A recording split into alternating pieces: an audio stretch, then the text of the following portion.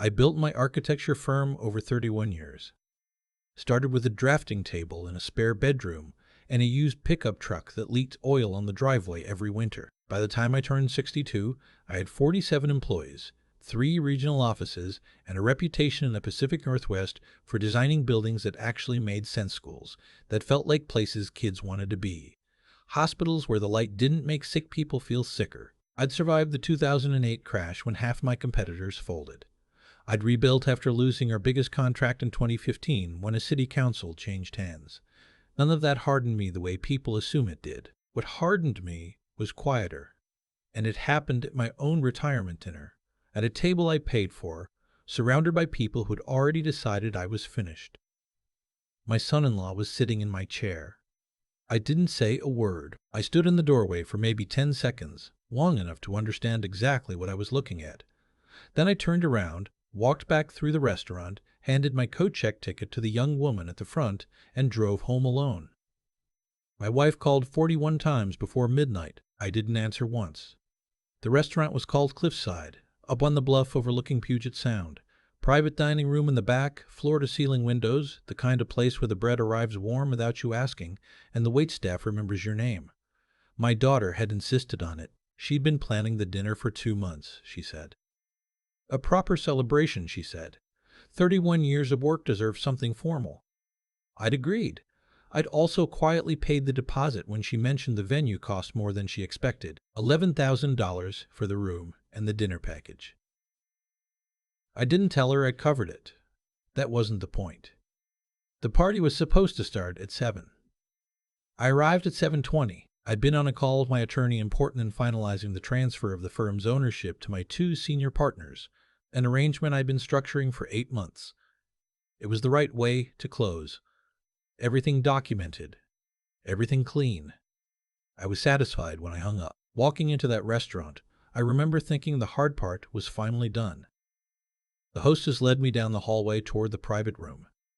I could hear conversation through the door, the particular pitch of a party that's already found its rhythm without you.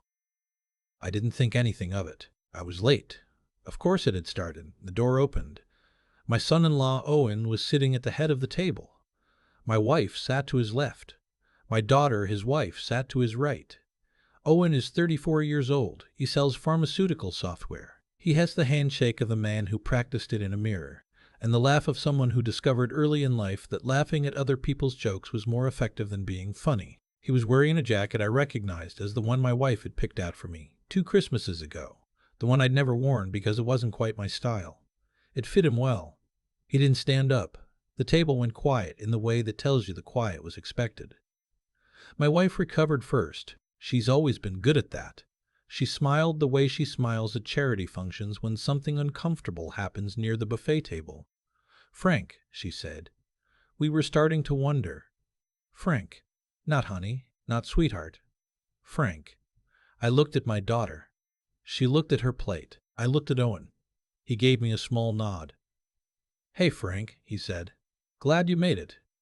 There was a place setting at the far end of the table, not at the head, not near my wife, down near the cousins, near the people you seat when you've run out of good options, a folded card with my name on it and my wife's handwriting, Frank Aldridge. As if I might not know where to go without a sign. I set the gift bag I was carrying on the table near the door. Inside was a first edition of a book my wife had mentioned wanting 3 years ago. I'd found it through a dealer in Edinburgh. It had taken 6 months to locate. "Happy retirement, Frank," Owen said, lifting his glass. I looked at my wife one more time. There was something in her expression I recognized but had been refusing to name for longer than I care to admit now. It wasn't guilt. It was relief. The relief of someone who had finally stopped pretending. I said nothing. I picked up the gift bag. I walked out. The drive home took 18 minutes. I made coffee. I sat at the kitchen table where I'd eaten breakfast alone most mornings for the last 4 years, while my wife slept in, and I thought about the fact that I was not surprised. That was the part that should have bothered me more than it did. I had known something was wrong for 11 months, not suspected. Known. The way you know a load-bearing wall has shifted before the ceiling shows a crack.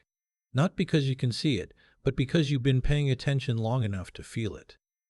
It started with a receipt. My wife and I had kept separate personal accounts for most of our marriage.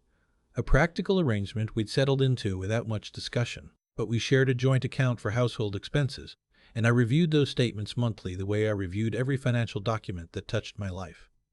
In November of the year before my retirement, I noticed a charge I didn't recognize. A hotel in Olympia. Midweek. 3 nights. I asked her about it. She said it was a girls' weekend with her friend June, who lived down that way. She said it without hesitation. She even mentioned the restaurant they'd gone to. The story was smooth. That was what bothered me. My wife is not a smooth liar by nature. She hesitates. She adds unnecessary details, then catches herself adding them. This time she didn't. This time it came out like something she'd rehearsed. I didn't confront her. I went back to work. 3 weeks later, another charge. A spa in Tacoma. Overnight. I looked at our shared calendar. Nothing scheduled. I looked at my wife's personal calendar, which she kept on a tablet she left on the kitchen counter. It showed a lunch with her book club, not a spa. I did what I've always done when I suspect a structural problem. I hired someone qualified to assess it. The investigator I found had spent 20 years with the King County Sheriff's Office before going private. She was methodical, unobtrusive, and expensive. I didn't haggle over her rate. She reported back to me over a period of 8 weeks. What she found was not complicated. My wife was seeing Owen. Had been, as far as she could document, for at least 7 months before I hired the investigator. Owen, my own son-in-law, my daughter's husband of 6 years. I sat with that for a long time. I'm 63 years old. I've made hard decisions in business that cost people jobs, that ended partnerships, that closed doors I knew would not reopen. I understand that the right choice and the easy choice are rarely the same thing, but nothing in 31 years of professional life prepared me for the particular coldness of sitting in my own office at 11 o'clock at night, looking at photographs of my wife and my daughter's husband, understanding that every person at that table already knew something I was only now confirming. I did not cry. I did not call anyone. I poured 2 fingers of bourbon, drank it slowly, and started thinking about what came next. What came next was 8 months of very careful work. The first call I made was to my estate attorney, a woman named Beverly, who has handled my affairs for 19 years. I told her I was updating my estate plan in anticipation of retirement. That was true as far as it went. She drafted revised documents that restructured my personal assets into a revocable trust I controlled independently. The firm's ownership transfer, which I had been planning anyway, accelerated slightly. My 2 senior partners, good men who had earned their stake, received what was coming to them under a structured agreement that protected the business from any future marital proceedings. The house we lived in was mine. I bought it before we married, paid it off with money I'd earned before we married. My attorney confirmed what I already knew. Properly documented separate property, no commingling, clean. My wife had a modest retirement account from her years as a high school librarian, a job she left 8 years ago when she decided she was tired of it. She had some personal savings. She would not be destitute. That was never my intention. But she would also not be walking away with the assets I'd built over 3 decades on the assumption that our marriage was what I believed it to be. I also did something that was harder to justify, but that I do not regret. I called my daughter, not to tell her what I knew, to have lunch, just the 2 of us, like we used to, before Owen became the gravitational center of every family gathering. We ate at a diner near her office. She seemed uncomfortable the whole time, cutting her food into smaller pieces than necessary, asking me questions about retirement with the focus of someone trying to stay on a safe topic. I watched her and thought about how much I loved her, and how much this was going to hurt her regardless of anything I did or didn't do. That lunch was the hardest part of the 8 months. Not the documents, not the photographs. That lunch, when the retirement dinner invitation arrived, my wife's idea, formally organized, sent by email to 15 people. I noticed the venue and the proposed guest list. Owen was on it, described, in my wife's words, as part of the family. I noticed that the seating arrangement she'd sketched out in a follow-up email placed Owen at the head of the table and me somewhere in the middle. I didn't respond to the email directly. I confirmed I would attend. Then I called Beverly again. By the time I walked into Cliffside on that November evening, every document was signed, filed, or in motion. I attended that dinner for the same reason I sometimes walk through a building after the structural assessment is complete. Not because there's anything left to learn, but because seeing it confirms what the paperwork already told you. When I saw Owen in my chair, I wasn't shocked. I was finished. I slept well that night. Better than I had in months, actually. There's something clarifying about the moment when a long ambiguity resolves. My wife arrived home at 2 in the morning. I heard the garage door. I heard her pause outside the bedroom. I said nothing. She did not come in. By morning, she had left a note on the kitchen counter. It said she thought we should talk. I agreed. I texted Beverly and asked her to send the formal notification letter. My wife received it 3 days later. She called me from the living room while I was in my study. That struck me as almost funny, calling a person who was 40 feet away rather than walking down the hall. I let it go to voicemail. The voicemail was 22 seconds of silence before she hung up. She knocked on the study door. I said, "Come in." She sat in the chair across from my desk. She looked like she hadn't slept, which was probably true. She was still a striking woman, 29 years of marriage, and I still noticed that. I don't know what that means exactly. Maybe nothing. Maybe it just means I'm human. "You filed," she said. "Beverly filed," she said. "Yes, you didn't give me any warning." I thought about the hotel in Olympia, the spa in Tacoma, the 8 months I'd spent watching and waiting and saying nothing. "I gave you a long time," I said. She looked at me carefully. "What do you know?" "Everything relevant." She was quiet. Outside the window, a crow landed on the fence post and sat there looking at nothing in particular. My wife watched it for a moment. "I wasn't trying to hurt you," she said. "I know." "Then why?" "Because this isn't about intent," I said. "It's about what happened." She asked if there was anything to save. I told her I didn't believe there was. Not because I was angry. I wasn't. Not anymore. But because what had broken wasn't something you repaired. It was something you replaced. And I was too old and too tired to build the same structure twice on a foundation that had already failed. She cried. I waited. I brought her a glass of water. When she left the study, I sat there for a while looking at the drawings on the wall, blueprints of projects I was proud of. A library in Bellingham that won a regional design award in 2009. A middle school in Olympia whose gymnasium had clerestory windows that filled the whole space with light on winter afternoons. Work that would outlast whatever was happening in this house. The community knew within a week. Small cities are like that. Tacoma isn't enormous. My wife and I had been a known couple for nearly 30 years. Charity boards, neighborhood associations, the kinds of social structures that feel permanent until they aren't. When the separation became visible, people started talking. She handled it by framing it publicly as a mutual decision made by two people who had grown apart. I heard this from a neighbor who meant well and didn't realize she was relaying information I hadn't been consulted on. My wife posted something on social media about honoring the chapter while beginning a new one. Several people sent her supportive messages. Someone left flowers on her car. I said nothing publicly. I had no interest in managing a narrative. I had an attorney, accurate documentation, and 31 years of professional goodwill that no social media post was going to reframe. Owen was a different situation. My daughter called me 11 days after the dinner. She'd found out, I gathered, from my wife rather than from me. I had not been willing to make that call, and I've thought about whether that was the right choice. My daughter was crying and not quite coherent, and what I understood from the call was that she had known something was wrong in her marriage for months, but had not known the specifics until now. We talked for over an hour. It was the most honest conversation I'd had with her in years. She asked me how long I had known. I told her. She was quiet for a long time. "You sat across from me at that diner," she finally said. "I did. You didn't tell me. I didn't know how to tell you," I said, "and I didn't think it was mine to tell." She was angry about that for a while. I understood it. I let her be angry. At the end of the call, she said she loved me. I told her I loved her too.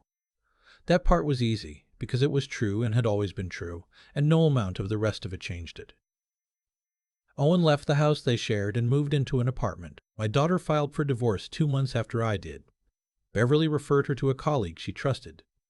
My wife, for her part, tried one more time. She asked to meet for coffee. I agreed, mostly because I was curious what she had left to say. We sat at a cafe near the waterfront. She looked better than she had in my study, more composed, more deliberate. She'd been preparing.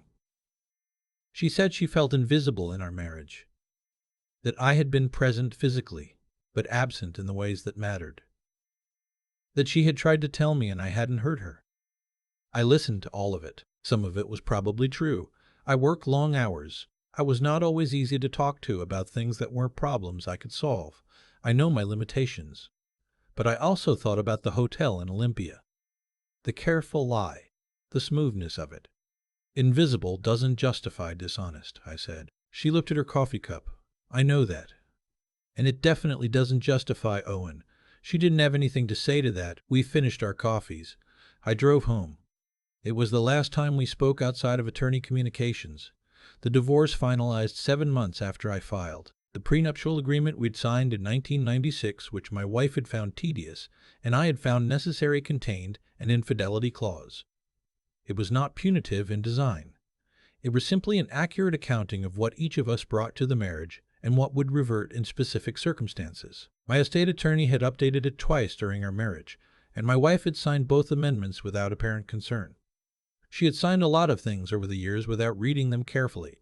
I had signed nothing in my life without reading it twice. She retained her personal accounts, her car, her personal property. She received a settlement that Beverly and her attorney negotiated over 6 weeks. It was fair. I didn't want to punish her. I wanted to clean close. The day after the divorce was finalized, I drove up to the house I'd bought in Port Townsend the previous spring. It sat on a half-acre lot with a view of the Strait of Juan de Fuca and needed work. The kind of slow, satisfying work I'd been putting off for 30 years because there was always something more urgent. I spent 4 days there. I fixed a door that had been sticking. I cleared brush from the back fence line. I sat on the porch in the mornings with coffee and watched the ferries cross the water. I wasn't happy exactly, but I was settled. There's a difference. And at 63, I've come to think settled is more durable than happy anyway. Owen's situation resolved itself without any help from me. It turned out that the pharmaceutical software company he worked for had a morality clause in executive contracts. He'd received a promotion 8 months before the dinner, and when the circumstances of his personal life became visible in the way they did in a city the size of Tacoma, the company's HR department opened a review. I don't know the details and didn't seek them out. What I heard through a mutual acquaintance was that he resigned before the review concluded. He'd also borrowed money from my daughter, a significant amount, documented as a personal loan between spouses that she had never expected to be an issue. Her attorney recovered most of it. Not all. He moved out of state sometime in the spring. I don't know where. I don't particularly want to. My daughter is rebuilding with the specific, quiet determination that I recognize as something she inherited from me. She moved into a smaller house she loves. She started taking ceramics classes on Thursday evenings. She calls me every Sunday, without fail, and we talk about everything and nothing for 40 minutes or so. Last month, she asked if I wanted to come visit for Thanksgiving. I told her yes, without having to think about it. There's something I want to say about the retirement dinner that I've been circling around, because I've thought about it a lot in the months since. I could have walked in and taken the empty seat by the cousins. I could have gotten through the evening, shaken the hands, accepted the toasts. I'm 63 years old, and I've gotten through harder things than a dinner with bad seating. I know how to present a steady face, but there was something about walking into that room and seeing Owen in my chair and my wife's expression. That relief, that careful relief, that made something in me go very still and very clear. Not angry, not devastated. Clear, like a building after you've stripped it to the studs and you can finally see exactly what's holding it up and what isn't. What was holding me up? My work, my daughter, my integrity, the Port Townsend house, the library in Bellingham with the good natural light. What wasn't? That marriage. Not anymore. Maybe not for longer than I'd been willing to look at. Walking out wasn't a decision I made. It was a recognition of something that had already happened. It's been 14 months now. This morning I drove into the office of the firm, my former firm. Technically, though the 2 partners who own it still consult me on certain projects, which I appreciate. And I spent 3 hours reviewing drawings for a community health clinic in Jake Harbor. Good building, Smart use of a difficult site. I offered 7 suggestions. They'll probably use 4 of them, which is a better average than most people get. In the afternoon, I had coffee with a woman I met at a lecture on Pacific Northwest architectural history at the University of Washington Library. She's 61, recently retired from a long career in environmental law, sharp in the way that people are sharp when they've spent decades paying close attention to things that actually matter. We talked for 2.5 hours and lost track of time. She argued with me about one of my opinions on post-war residential design, and she was right, which I find refreshing. I told her so. Nothing is resolved in the large, cinematic sense. My former wife and I are strangers now. My daughter is healing slowly and unevenly, the way real healing works. Owen is wherever Owen went. The house in Port Townsend still has a section of roof that needs attention before the fall rains start, but I am 63 years old, and I know who I am, and I know what I built, and I know the difference between a foundation that failed and one that was never quite right to begin with. Some people ask me quietly, privately, the way people ask things they think might be too personal, whether I regret not fighting harder, whether I should have confronted my wife earlier, whether walking out of a retirement dinner was the right thing or just a proud thing. I tell them this: there's a moment in construction when you pull back the drywall and see what's actually there, and the question isn't what you wish were true. The question is what you're going to do now that you know. You can spend years wishing the structure were different, or you can build something true. I've spent 31 years building things that held. I'm not done building. If you've ever stood in a room where you were supposed to be honored and realized instead that you were watching something end, leave a comment and tell me where you are in your story. We share these things here because clarity is harder to find than we expect, and sometimes it helps to know that someone else has stood in that doorway and chosen to walk through it. Subscribe if you want to keep hearing from me. There's more to say. I've been asked more than once whether I think what happened to me was fair, and I always have to sit with that word for a moment before I answer. Fair. As if life were a contract with an enforcement clause. Here's what I actually believe. After 63 years of building things and watching them either hold or fail, the outcomes we live with are almost always the direct result of choices we made when we thought no one was paying attention. Not karma in any spiritual sense, just cause and effect playing out slowly enough that most people don't connect the two when the bill arrives. My wife made choices over a long stretch of time. Small ones at first, I imagine. A withheld truth here, a justified rationalization there. Owen made choices too, the kind that a man makes when he's decided that what he wants matters more than what he owes. And those choices accumulated, the way debt accumulates when you keep telling yourself you'll deal with it next month. Eventually the balance comes due. It always does, not because the universe is just, but because reality is consistent. Owen lost his career, his marriage, his standing in a community he'd spent years performing for. My wife lost the financial security she'd assumed was hers, by proximity rather than by right. Neither of those outcomes required my intervention. I simply declined to absorb the consequences of their decisions on their behalf. That distinction matters to me. There's a difference between pursuing punishment and refusing to subsidize someone else's wreckage. I didn't take anything from either of them. I stopped giving. That's not revenge. That's just clarity about what I actually owe and what I don't. The harder question, the one I sit with more honestly now, is what my own choices accumulated into. I worked long hours for 31 years. I was not always easy to reach, emotionally or otherwise. I provided stability with the confidence of someone who believed that was the primary job. Maybe it wasn't. Maybe there were conversations I could have initiated and didn't. Distances I let grow because narrowing them felt uncomfortable. I don't say this to excuse what my wife did. There is no version of the story in which Owen sitting in my chair at my retirement dinner was my fault. But I am capable of holding two true things at once. I was a good man in most of the ways that matter, and I was also an imperfect husband in ways I could have examined sooner. What I want to say, if you're somewhere in the middle of something like this, is that the work of integrity is quiet, and it's slow, and almost nobody sees it while you're doing it. Beverly saw it. My daughter, slowly, is coming to see it. The 2 partners who now run my firm see it in every document I ever signed. But in the moment, standing in that doorway at Cliffside, looking at Owen in my chair, No one in that room was prepared to credit me for any of it. They had already written the version of the story where I was the obstacle. Walking out was not a dramatic gesture. It was just an accurate response to accurate information. And I think that's what most people who ask me about fairness are actually looking for. Not justice in the cinematic sense, but permission to respond accurately, to stop performing composure for an audience that isn't watching in good faith. You don't have to yell. You don't have to argue. Sometimes the most honest thing you can do is pick up what belongs to you and walk out the door. Not every room deserves your presence. Not every table is worth sitting at. I'm still building. That part hasn't changed.